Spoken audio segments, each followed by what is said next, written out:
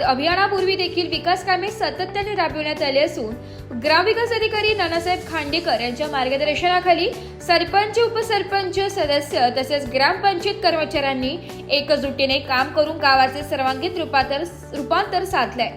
गावामध्ये 100% सीसीटीव्ही बसवून सुरक्षा व्यवस्थेला बळकटी देण्यात आली आहे। अंगणवाडीतील सुविधा सुधारून बालकांसाठी उत्तम शैक्षणिक वातावरण तयार करण्यात आले असून शैक्षणिक क्षेत्रात विविध नाविन्यपूर्ण योजना राबविण्यात आल्या। पायाभूत सुविधा, स्वच्छता, पाणी पुरवठा आणि इतर मूलभूत सेवांच्या उभारण्यातही जानोरी ग्रामपंचायतीने अपेक्षित लक्ष्य पूर्ण केलंय। या विकास प्रक्रियेत सरपंच सुभाष संतोष नेहरे, उपसरपंच हर्षल आबाजी काठे, सदस्य सुरेश देवराम सहाळे, संगीता विष्णू सरनाईक, करण मधुकर नेहरे, रुक्मिणी कृष्ण लहांगे, गणेश ज्ञानदेव तिडके, विश्वनाथ विठ्ठल नेहरे, सारिका कोंडाजी किंग, योगिनी नितीन पगारे, युवराज प्रभाकर चौरसकर, वैशाली ज्ञानेश्वर विधाते, रोहिणी विश्वास वाघ, विलास दामू काठे, रोहिणी राजकुमार वाघ, कमल विश्वनाथ केंग, गणेश नामदेव विधाते, चित्रलेखा योगेश तिडके यांनी सक्रिय सहभाग नोंदविला।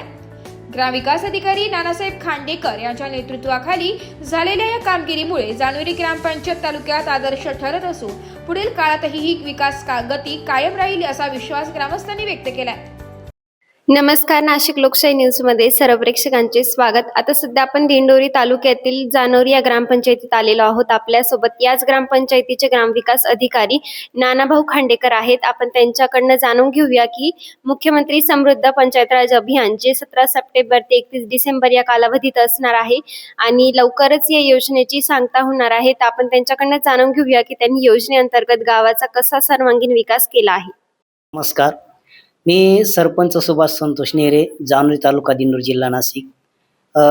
आपण जी भाऊसाहेबांनी जी तुम्हाला माहिती दिली ती पूर्णपणे सत्य आहे आणि त्यांनी पूर्ण गावाची पावती म्हणजे पुरा गावाचा आराखडा तुमच्या समोर ठेवलाय, तो एकदम योग्य आहे। आणि म्हणजे एक अशी गोष्ट आहे की त्यात ग्रामस्थांचा म्हणजे साथ लय महत्वाची असते। त्यासाठी माझ्या गावातली ग्रामस्थ, माझे सहकारी सदस्य असतील, सर्वांची मला साथ मिळते आणि त्यांच्या साथीनेच आजपर्यंत गावाचा भरपूर विकास केलेला आहे, इथून पुढे पण होणार आहे। आणि या कामाची तुम्ही पावती म्हणजे आमच्या गावात येऊन तुम्ही जी आमची दखल घेतली त्याबद्दल लोकशाही न्यूज यांचे मी खरोखर आभारी आहे। आणि तुम्ही आज नमस्कार, मी नानाभाऊ खांडेकर, ग्रामपंचायत अधिकारी, जानोरी तालुका, दिंडोरी। शासनाच्या मुख्यमंत्री समृद्ध पंचायत अभियानाला 17 सप्टेंबर पासून सुरुवात झाली आणि जिल्हा परिषदेचे मुख्य कार्यकारी अधिकारी ओमकार पवार सर यांच्या मार्गदर्शनाखाली या अभियानामध्ये आम्ही ग्रामपंचायती भाग घेऊन काम करत आहोत। यामध्ये एकूण 7 मुद्द्यांवर गुणदान आहे आणि 100 मार्काचा हा पेपर ग्रामपंचायतीला थोडक्यात सोडवायचा आहे। यामध्ये आमच्या ग्रामपंचायतीने सहभाग घेतलेला आहे। 17 सप्टेंबरला लगेच आम्ही ग्रामसभा घेऊन या अभियानाबाबत ग्रामपंचायती मार्फत सर्व गावातील शासकीय अधिक कर्मचारी असतील, ग्रामस्थ असतील, सर्व कार्यकारिणी असेल, यांना आम्ही कसं गुणदान यामध्ये आपण काम केलं तर मिळणार आहोत याचं प्रेझेंटेशन इथं लाईव्ह दाखवलेलं होतं आणि त्या माध्यमातून आम्ही गावात प्रथम सुरुवात केली। यामध्ये जे काम आहेत त्यामध्ये सुशासन पंचायत असेल, मग ग्रामपंचायतीच्या मूलभूत सुविधा असेल, ग्रामपंचायतीचा हॉल असेल, त्यानंतर बैठक व्यवस्था असेल, सरपंच उपसरपंच स्वतंत्र कक्ष असेल, याचं रंगरंगोटीचं काम असेल, हे कामं आपण प्रथम प्राधान्याने आम्ही केले। त्यानंतर ज्या काही सेवा देतो, नागरी सेवा केंद्र असेल किंवा आपले सरकार सेवा केंद्र असेल, यामध्ये ज्या काही सेवा दिल्या जातात याचं अपडेशन आम्ही सुरू केलं।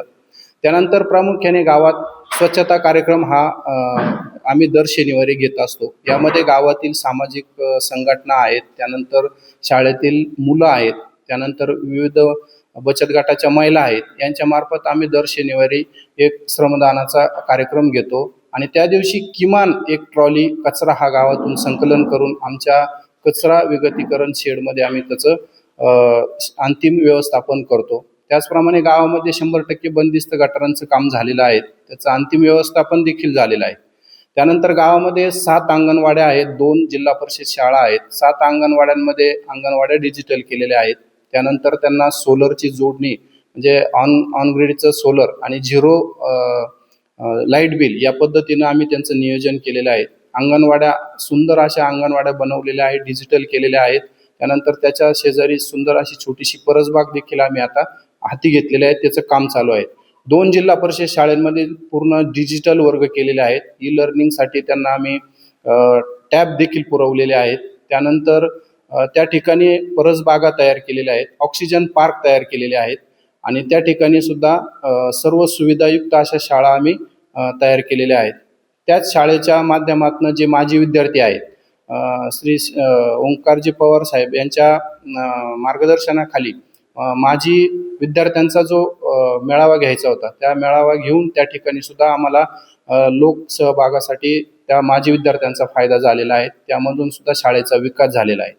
तसेच गावामध्ये जे विविध उपक्रम आहेत, समजा महिलांची तपासणी, आता आजच आम्ही महिलांचा तपासणीचा कॅम्प चालू केलेला आहे. त्यामध्ये ॲनिमियाग्रस्त महिला ज्या आहेत यांची तपासणी केल्यानंतर यादी फायनल झाल्यानंतर त्यांच्यावर आम्ही पुढील अजून 15 दिवस आहेत त्यावर काम करून अशा जर महिला निघाल्या तर त्या ॲनिमियाच्या बाहेर कशा येतील यासाठी आम्ही ग्रामपंचायतीमार्फत देखील प्रयत्न करत आहोत.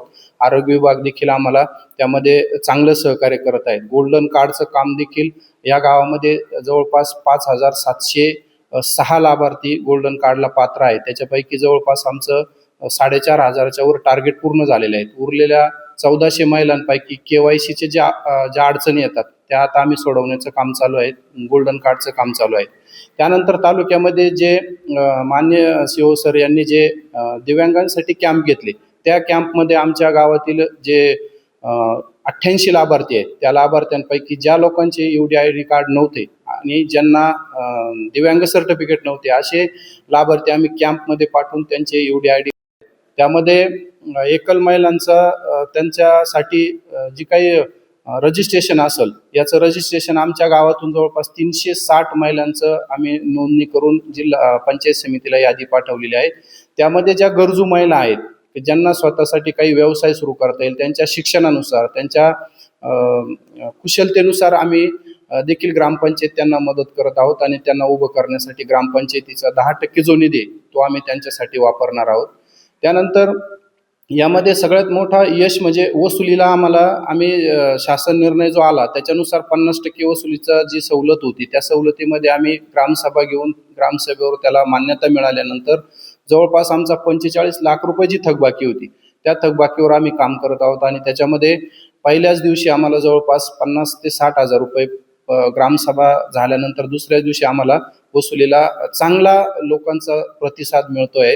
जवळपास आतापर्यंत 8 ते 9 लाख रुपये आमची वसूल झालेली आहे त्याच्यामध्ये आणि राहिलेले अजून 31 डिसेंबरपर्यंत याच्यामध्ये जास्तीत जास्त लोकांनी सहभाग घ्यावा म्हणून आम्ही आमच्या घंटागाडीद्वारे प्रचार करतोय, प्रसिद्धी देतोय, व्हॉट्सअपच्या ग्रुपवर त्याची प्रसिद्धी देतोय. ग्रामसभेमध्ये याची देखील सविस्तर माहिती दिलेली आहे आणि यामध्ये जास्तीत जास्त लोक सहभाग घेत आहे. हा वसुलीचा मुद्दा सुद्धा आमचा त्याच्यामध्ये पूर्ण होणार आहे. त्यामध्ये पोषक अशा परसबागा आम्ही ज्या तयार केलेल्या आहेत त्या एक नाविन्यपूर्ण उपक्रममध्ये आहेत. जिल्हा परिषद शाळा ही आमची नवीन इमारत झाली, त्या ठिकाणी तिला लाईटची व्यवस्था असेल. रेल्वेचं जी रेल्वे असते त्या पद्धतीने तिची शाळा रंगवलेली आहे. तिथं एक मुलांना एक वेगळं वाटावं म्हणून रेल्वे आपण बसलोय अशा पद्धतीचं डिजिटल शाळा आम्ही तिथं केलेली आहे आणि मुलांना तिथं नक्कीच शिकण्यासाठी आनंद वाटेल असं उत्साह वातावरण त्या शाळेमध्ये निर्माण केलेलं आहे. गावामध्ये वातावरणपूर्वक अशी स्मशानभूमी आहे की ज्या ठिकाणी माणूस दुपारी जाऊन आराम करू शकतो अशा पद्धतीची स्मशानभूमी आमच्याकडे आहे. त्या ठिकाणी पेवर ब्लॉक बसवलेले आहेत. अंतिम व्यवस्था करण्यासाठी तिथं वृक्ष लागवड जी आहे ती चांगली आहेत आणि अतिशय सुंदर वातावरण त्या ठिकाणी आहे. तिथं आम्ही आता एक नवीन ग्रामसभेनं जो ठराव केला आहे का ज्या ठिकाणी गरीब असो किंवा श्रीमंत असो, या गावामध्ये साधारण जे श्रीमंत लोक आहेत ते आपल्या गौऱ्यांमध्येच अंत्यविधी करतात हिंदू संस्कृतीप्रमाणे, परंतु गरीब माणसाचा जो अंत्यविधी तो सुद्धा त्याच पद्धतीने व्हावा म्हणून ग्रामसभेमध्ये ठराव झाला आणि 100% गावातील अंत्यविधी हा गौरीमध्येच करावा अशा पद्धतीचा ठराव ग्रामसभेने घेतल्यामुळे लाकूड तोडबंदी आपोआप या माध्यमातून गावामध्ये त्याला बंदी होणार आहे आणि एक वृक्ष संवर्धनाचं काम सुद्धा एक नाविन्यपूर्ण आम्ही या गावामध्ये करतो आहोत. त्यानंतर ग्रामपंचायतीने हा जवळपास ओझर, मोहाडी आणि जळुकी दिंडोरी अशी मोठी लोकसंख्येची गावं आहेत. आणि कंपनी एरिया देखील आहेत. या गावामध्ये ग्रामपंचायतीचा उत्पन्न सोर्स वाढावा या दृष्टीने आम्ही एक ग्रामपंचायतीनं सक्शन मशीन घेतलेलं आहे. स्वतःच्या ग्रामपंचायतीचा ट्रॅक्टर आहे, तो ट्रॅक्टर 11 नंतर रिकामा असतो आणि ग्रामपंचायतीचे कर्मचारी देखील मोकळे असतात. तर अशा वेळेस या सक्शन मशीनचा वापर आम्ही लोकांना भाडेतत्वावर देतो. जे ड्रेनेज आपलं टॉयलेटची टाकी वॉश करण्यासाठी लोकांना जास्त लांबून ते पैसे देऊन आणावं लागतात, तर स्थानिक आम्ही ते उपलब्ध करून देतो. त्या माध्यमातून आम्ही गावामध्ये 3,000 रुपये आणि बाहेर 4,000 रुपये पर टँकर याप्रमाणे उत्पन्न मिळतं. आम्हाला जवळपास आता एप्रिलपासूनच 1 ते 1.5 लाख रुपये आतापर्यंत त्या माध्यमातून नवीन उत्पन्न ग्रामपंचायतीला तयार झालेलं आहे. हा सुद्धा नाविन्यपूर्ण उपक्रम आम्ही घेतलेला आहे. त्यानंतर गावामध्ये ग्रामपंचायतीचे मार्फत ॲम्ब्युलन्स सेवा देखील आम्ही उपलब्ध केलेली आहे. ज्या वेळेस अचानक घटना घडते परंतु गावामध्ये कुठलंही प्रायव्हेट वाहन मिळत नाही, अशा सुविधेसाठी आम्ही ग्रामपंचायतीची स्वतःची ॲम्ब्युलन्स आहे, ज्यामध्ये ग्रामपंचायत स्वतः डिझेल भरून आमचा ड्रायव्हर एमर्जन्सी पाठवला जातो आणि त्या व्यक्तीला ती सुविधा पुरवली जाते. असा हा नाविन्यपूर्ण उपक्रम म्हणजे ॲम्ब्युलन्स सुद्धा आम्ही उपलब्ध केलेले आहे. त्यानंतर गावामध्ये पाणीपट्टीच्या बाबतीत एक चांगलं काम या गावामध्ये झालेलं आहे. 100% मीटर जोडणी या गावामध्ये झालेली आहे. 100% मीटरनं पाणी ग्रामपंचायत देते. दर 3 महिन्याला या पाण्याचं रिडिंग घेतलं जातं आणि त्याप्रमाणे पावती दिली जाते. पर युनिट 15 रुपये याप्रमाणे साधारण 750 ते 1,500 रुपये. काही जे लोक जास्त वापरतात त्यांना 2,000 2,500 पर्यंत बिल येतं. दर 3 महिन्याला ही वसुली केली जाते आणि गावाची पाणीपट्टीची वसुली अतिशय चांगली आहे. यामध्ये आम्ही जे महाराष्ट्र जीवन प्राधिकरणाकडून पाणी घेतो ते दर महिन्याला साधारण 2 ते 2.25 लाख रुपये बिल त्यांचं येतं. परंतु आज रोजी आमच्याकडे 1 रुपया देखील जीवन प्राधिकरणाची थकबाकी नसून आम्ही आमचं खातं कमीत कमी 10 लाख रुपये ॲडव्हान्स ठेवून काम करतो. अतिशय उत्तम अशी पाणी पुरवठा योजना या गावामध्ये आहे. जशी शहरामध्ये पाणी टायमिंगवर मिळतं त्याच पद्धतीने आम्ही सुविधाही गावाला दिलेली आहे. तसंच आता नवीन वाढीव म्हणून आम्ही गावात जो औद्योगिक झोन आहे तिथं देखील आम्ही एक पाईपलाईन आमची टाकतोय आणि त्या माध्यमातून कंपनींना सुद्धा आम्ही पाणी उपलब्ध करून देतोय. ज्या कमर्शियल रेटमध्ये पाणी कंपनींना जर दिलं तर त्याचा जास्ती फायदा ग्रामपंचायतीला होणार आहे आणि त्या दृष्टीने ग्रामपंचायतीनं विधायक तो निर्णय घेतलेला आहे आणि सगळ्या कंपन्यांना पाणी पुरवण्याचं देखील ग्रामपंचायतीनं प्रस्तावित केलेलं आहे.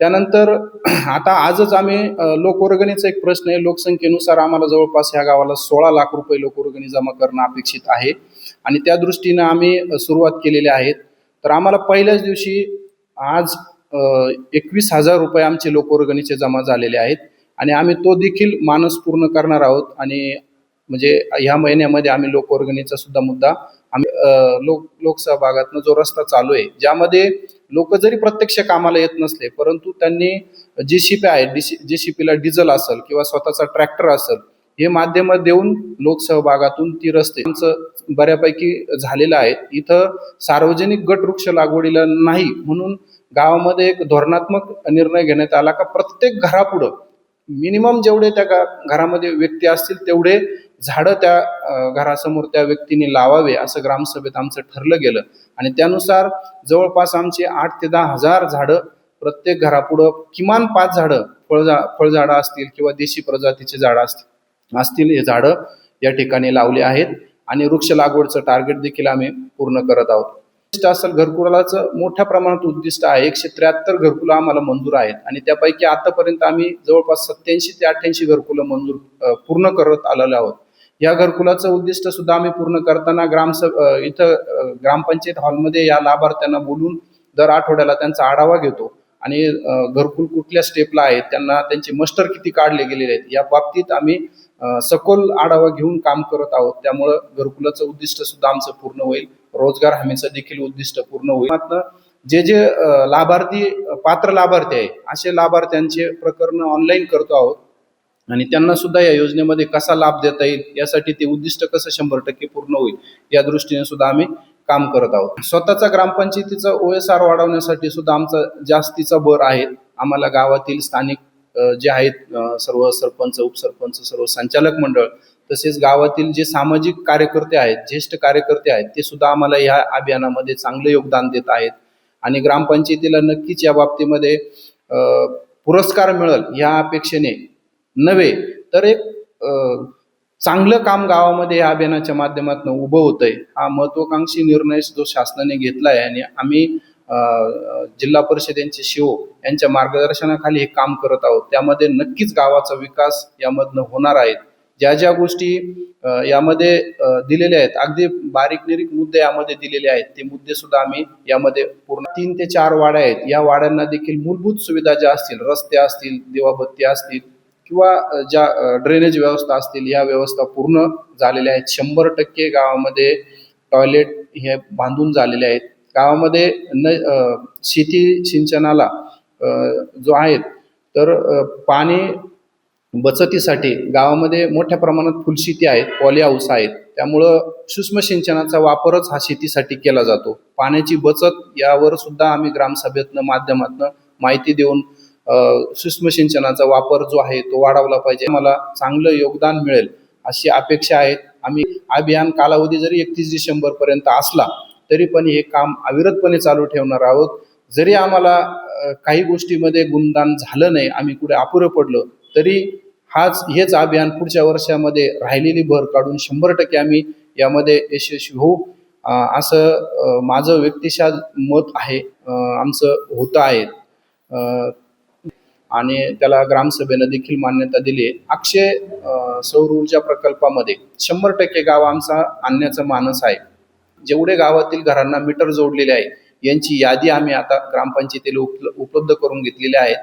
त्यापैकी 50% लोक आज रोजी सोलर बसवतील. नदीच्या दर मंगळवारी इथं महाआरती होत असते आणि त्या ठिकाणी बाणगंगा तट हा आम्ही नेहमी स्वच्छ करत असतो. या ठिकाणी पुरातन ऐतिहासिक या गावाला वारसा आहेत आणि त्यामुळे विविध जे कामं आहेत, आता बाणगंगा नदीच्या तट जो आहे तो दुरुस्तीचं काम असेल, स्वच्छतेचं काम असेल, या पद्धतीचं काम या ठिकाणी नेहमी चालू असतं. ग्रामपंचायतीला जवळपास माझे 14 कर्मचारी आहेत. त्यापैकी स्वच्छतेवर 3 कर्मचारी आहेत.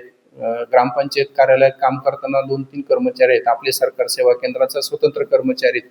या सर्व कर्मचाऱ्यांचं एकत्रित योगदान, प्रत्येकाला कामं या मुख्यमंत्री समृद्ध पंचायत, आमचं काम मोठी ग्रामपंचायत असल्यामुळे झपाट्याने करण्यासाठी त्यांचं देखील मला योगदान मिळत आहे. काही वेळ देऊन दररोज 2 ते 3 तास या अभियानामध्ये काम करतायत. ज्या ज्या मुद्द्यावर आपलं कमी गुणदान दिसतंय त्या ठिकाणी ते स्वतः उभं राहून काम करत आहेत. नक्कीच सर, तुम्ही सांगितल्याप्रमाणे की गावामध्ये असं एकही काम नाही की जे राहिलेलं नाही. तुम्ही सर्वच गावचा अगदी चांगला विकास केलेला आहे. इतर गावांच्या तुलनेत देखील तुमचे गाव हे सर्वांगीण विकासाच्या मार्गावर आहे आणि नक्कीच तुम्हाला येत्या काही काळातच आदर्श गावचा पुरस्कार देखील मिळेलच. तुम्ही सांगितल्याप्रमाणे की शाळा असो किंवा ग्रामस्थांच्या कोणत्याही समस्या असो, कोणतेही नाविन्यपूर्ण उपक्रम असो, तर इतर गावांचे जे ग्रामविकास अधिकारी आहेत नक्कीच तुमचा आदर्श ठेवून ते काम करतीलच. आणि तुम्ही आम्हाला जी माहिती दिली त्याबद्दल नाशिक लोकशाही न्यूज तर्फे तुमचे धन्यवाद. धन्यवाद. ब्युरो रिपोर्ट, नाशिक लोकशाही न्यूज, नाशिक.